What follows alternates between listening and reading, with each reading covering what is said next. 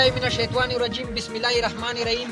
जैसा कि आप जानते हैं कि ज़िला नाई में आज के दिन वर्कर कन्वेंशन मुनक्किद किया गया है पाकिस्तान तहरीक इंसाफ ज़िला नाई की जानिब से।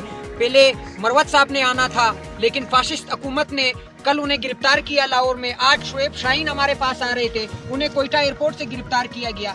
ये समझते हैं कि गिरफ्तारियां करके हमारे प्रोग्राम कमजोर करेंगे या हमारे हौसले पस्त करेंगे। इन्हें हम कहना चाहते हैं कि हमारे सूबाई कायदीन आ रहे हैं, हम करके दिखाएंगे वर्कर कन्वेंशन और आपको बताएंगे कि पाकिस्तान तहरीक इंसाफ के वर्कर न खौफ को मानते हैं, न जुल्म को मानते हैं, न जबर को मानते हैं। ये जुल्म के ज़ाब्ते भी हम तोड़ के दिखाएंगे, ये जबर के ज़ाब्ते भी हम तोड़ के दिखाएंगे। जुल्म के ज़ाब्ते, जुल्म के ज़ाब्ते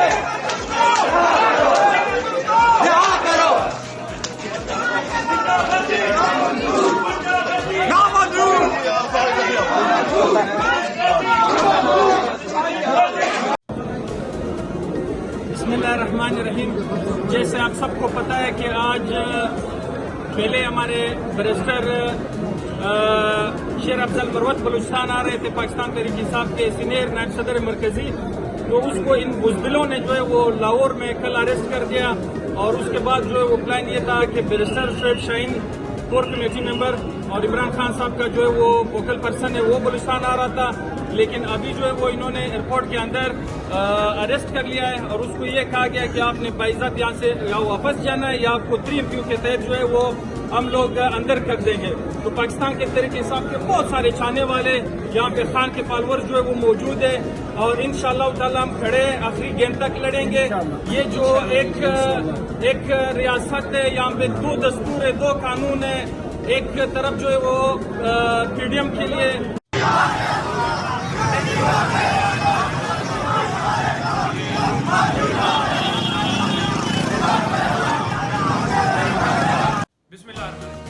साइबर केस की अडयाला जेल में समाप्त है। जैसे तोशा खान अभी सद्दाम बुनियादी के ऊपर चलाया गया, उसी तरह ये केस चलाया जा रहा है। हर रोज समाप्त फीस कर ली जाती है। जैसा कि आपको पता है कि अदालत के पास सिर्फ लगता ये नहीं है, सिर्फ ये एक केस ही है सुबह से लेकर शाम तक। वहाँ अदालत को कोई मसला नहीं है और एक केस को चलाने के लिए ही पूरी हंगामी बुनियाद पर, जंगी बुनियाद पर ये कार्रवाई की जा रही है। अब इसके अंदर जो कार्रवाई हो रही है, थोड़ा सा उसका बैकग्राउंड बताना चाहूँगा। साइबर केस के अंदर कोई हमें आइडिया नहीं था, छुपा के FIR की गई, छुपा के गिरफ्तारी की गई, छुपा के रिमांड लिया गया। साइबर रूल्स जो हैं वो सीक्रेट है और साइबर जो है वो भी रिकॉर्ड के ऊपर मौजूद नहीं है। और इसके साथ साथ और काफ़ी ऐसी चीज़ें जो सारी छुपा कर ही की जाती है। अब शायद जो है वो भी छुपा के करने का इरादा अदालत ने कर दिया। वो कैसे? अदालत ने कल हुक्म पास किया है कि साइबर केस में जो कार्रवाई होगी वो इन कैमरा होगी।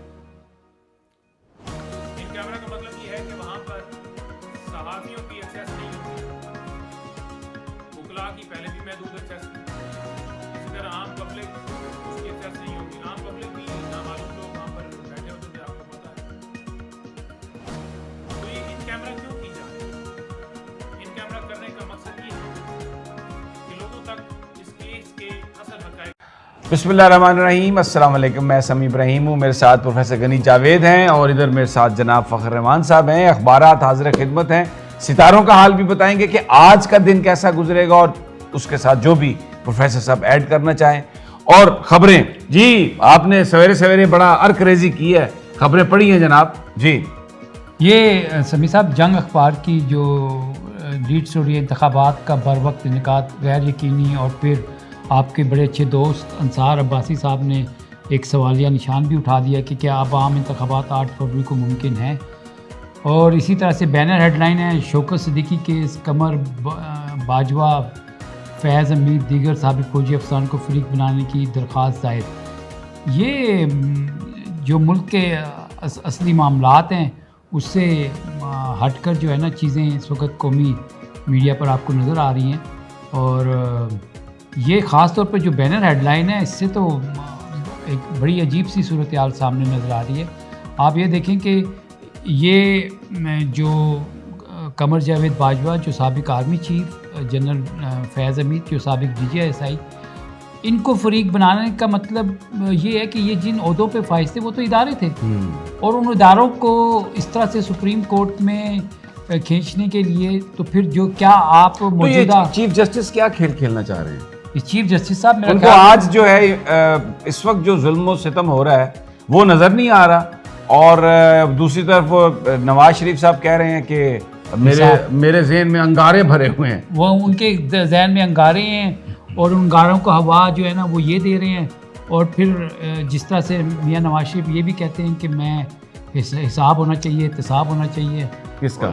जिन्होंने मेरे साथ ये सब कुछ किया और ये किया। तो ये दो अच्छा, अब basically दो इदारे जो है बेसिकली उसको इस वक्त मुतनाज़ा बनाने की बहुत संजीदा कोशिश की जा रही है। इदारे मुझे नहीं पता मुतनाज़ा बनेंगे हैं